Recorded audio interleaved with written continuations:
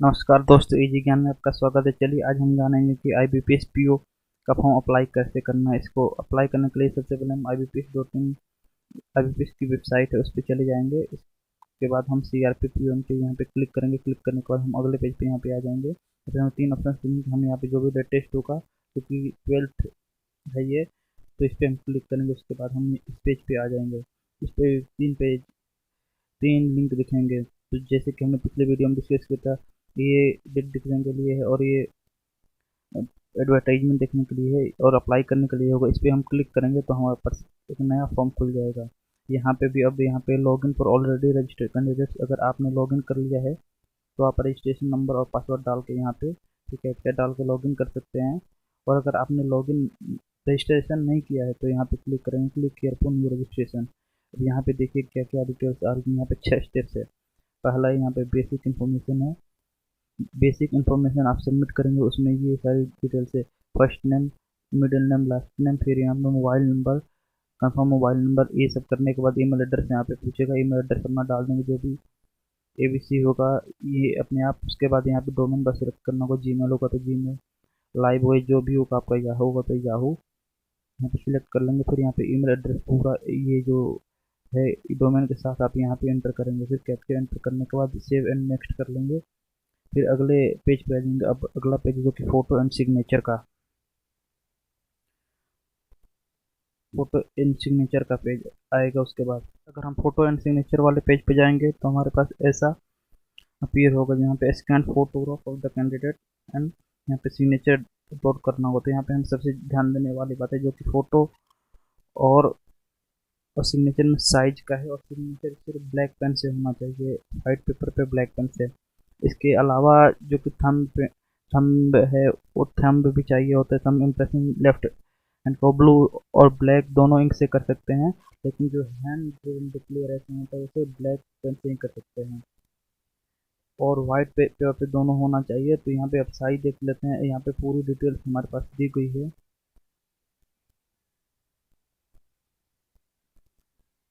यहाँ पूरी guideline procedure for uploading document दी गई है।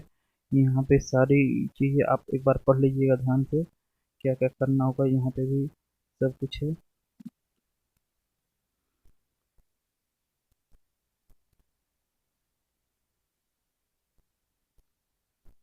यहाँ पे डॉक्यूमेंट स्कैन करने के या फिर क्या साइज होगा सब कुछ दिया गया है। आइए एक बार हम पढ़ लेते हैं क्या क्या है इसमें। यहाँ पे फोटोग्राफ्स इमेज जो कि 4.5 cm इंटू 3.5 cm होना चाहिए। Photograph must be a recent passport style color picture. Make sure that picture is in color taken against light color white background.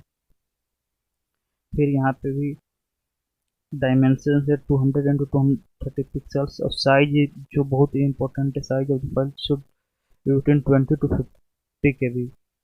50 KB से ज़्यादा ये एक्सेप्ट नहीं करेगा, 20 से कम एक्सेप्ट नहीं करेगा। तो आप अकॉर्डिंग मैनेज कर लीजिएगा। इसके अलावा जो signature left communication and handwritten declaration image है वो भी बहुत ज़रूरी है।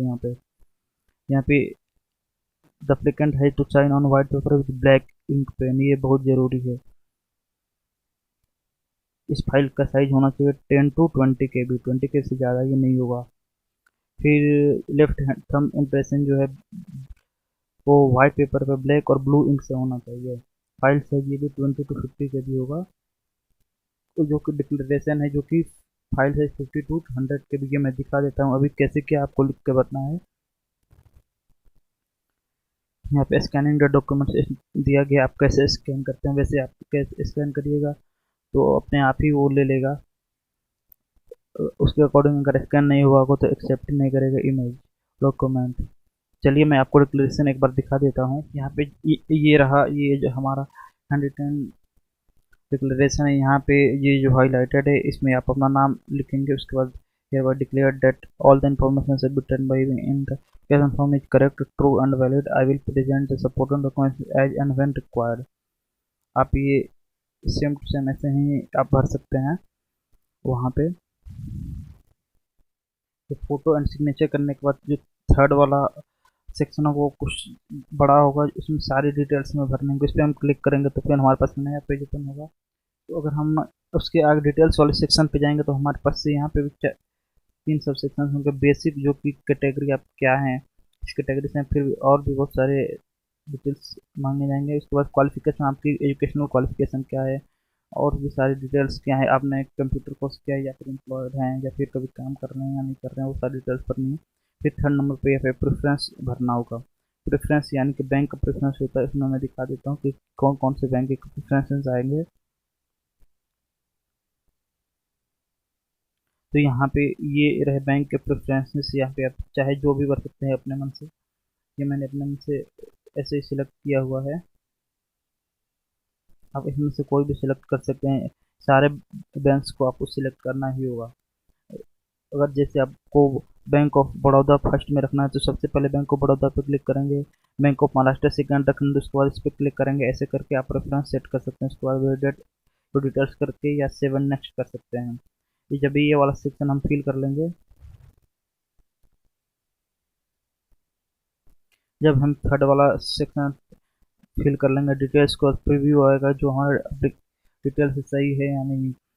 उसके बाद अगर आप सही है तो आप सेव कर सकते हैं, आगे बढ़ सकते हैं। उसके बाद फिफ्थ में अपलोड्स का आएगा, तो अपलोड्स में आपको दो चीज़ अपलोड करनी होंगी। एक लेफ्ट लेफ्ट इम्प्रेशन अपलोड करना होगा और हैंड रिटन डिक्लेरेशन अपलोड करना होगा। तो जैसे मैंने बताया कि लेफ्ट हम ब्लू और ब्लैक दोनों से हो सकता है, मगर जो HWD की हैंड रिटन डिक्लेरेशन है उसे ब्लैक इंक से होना चाहिए व्हाइट पेपर पे। और आप खुद से लिखना आप कैपिटल में नहीं लिख सकते। उसको भरने के बाद आप यहाँ पे पेमेंट पे क्लिक करेंगे, जो कि पहले बताया था 850 रुपीज़ है। और जो SC ST सकते हैं उनके लिए 175 रुपीज़ है। तो चलिए दोस्तों, आज आपको समझ में आ गया होगा कि कैसे भरा जाता है फॉर्म। चलिए मिलते हैं अगले वीडियो में, धन्यवाद।